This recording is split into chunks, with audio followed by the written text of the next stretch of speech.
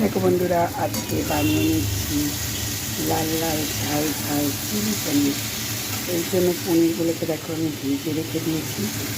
এবার একটু মশলা হিসাবে সেরকম কিছু জিনিস, পেঁয়াজ, ক্যাপসিকাম, কাঁচা লঙ্কা, গোলমরিচ গুঁড়ো, নুন, একটু হলুদ আর একটু দিয়েছি হিং,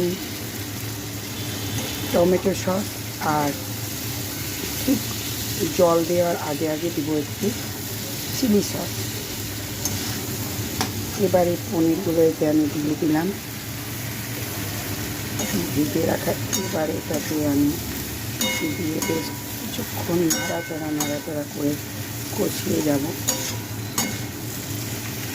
তারপরে হালকা হাতে জল দিয়ে একটু ফুটে উঠলে বন্ধ করে দেব এবং রেডি হয়ে যাবে আমার চিলি পনির। এটা খেতে খুব ভালোও লাগে, তোমরা করে খেয়ে দেখবে, সত্যি খুব টেস্টি হয়। এর সাথে আমি বানিয়েছি আজকে আলুর দম, চন্দ্রমুখী আলুর দম বানিয়েছি, একদম গলে গেছে আলুটা।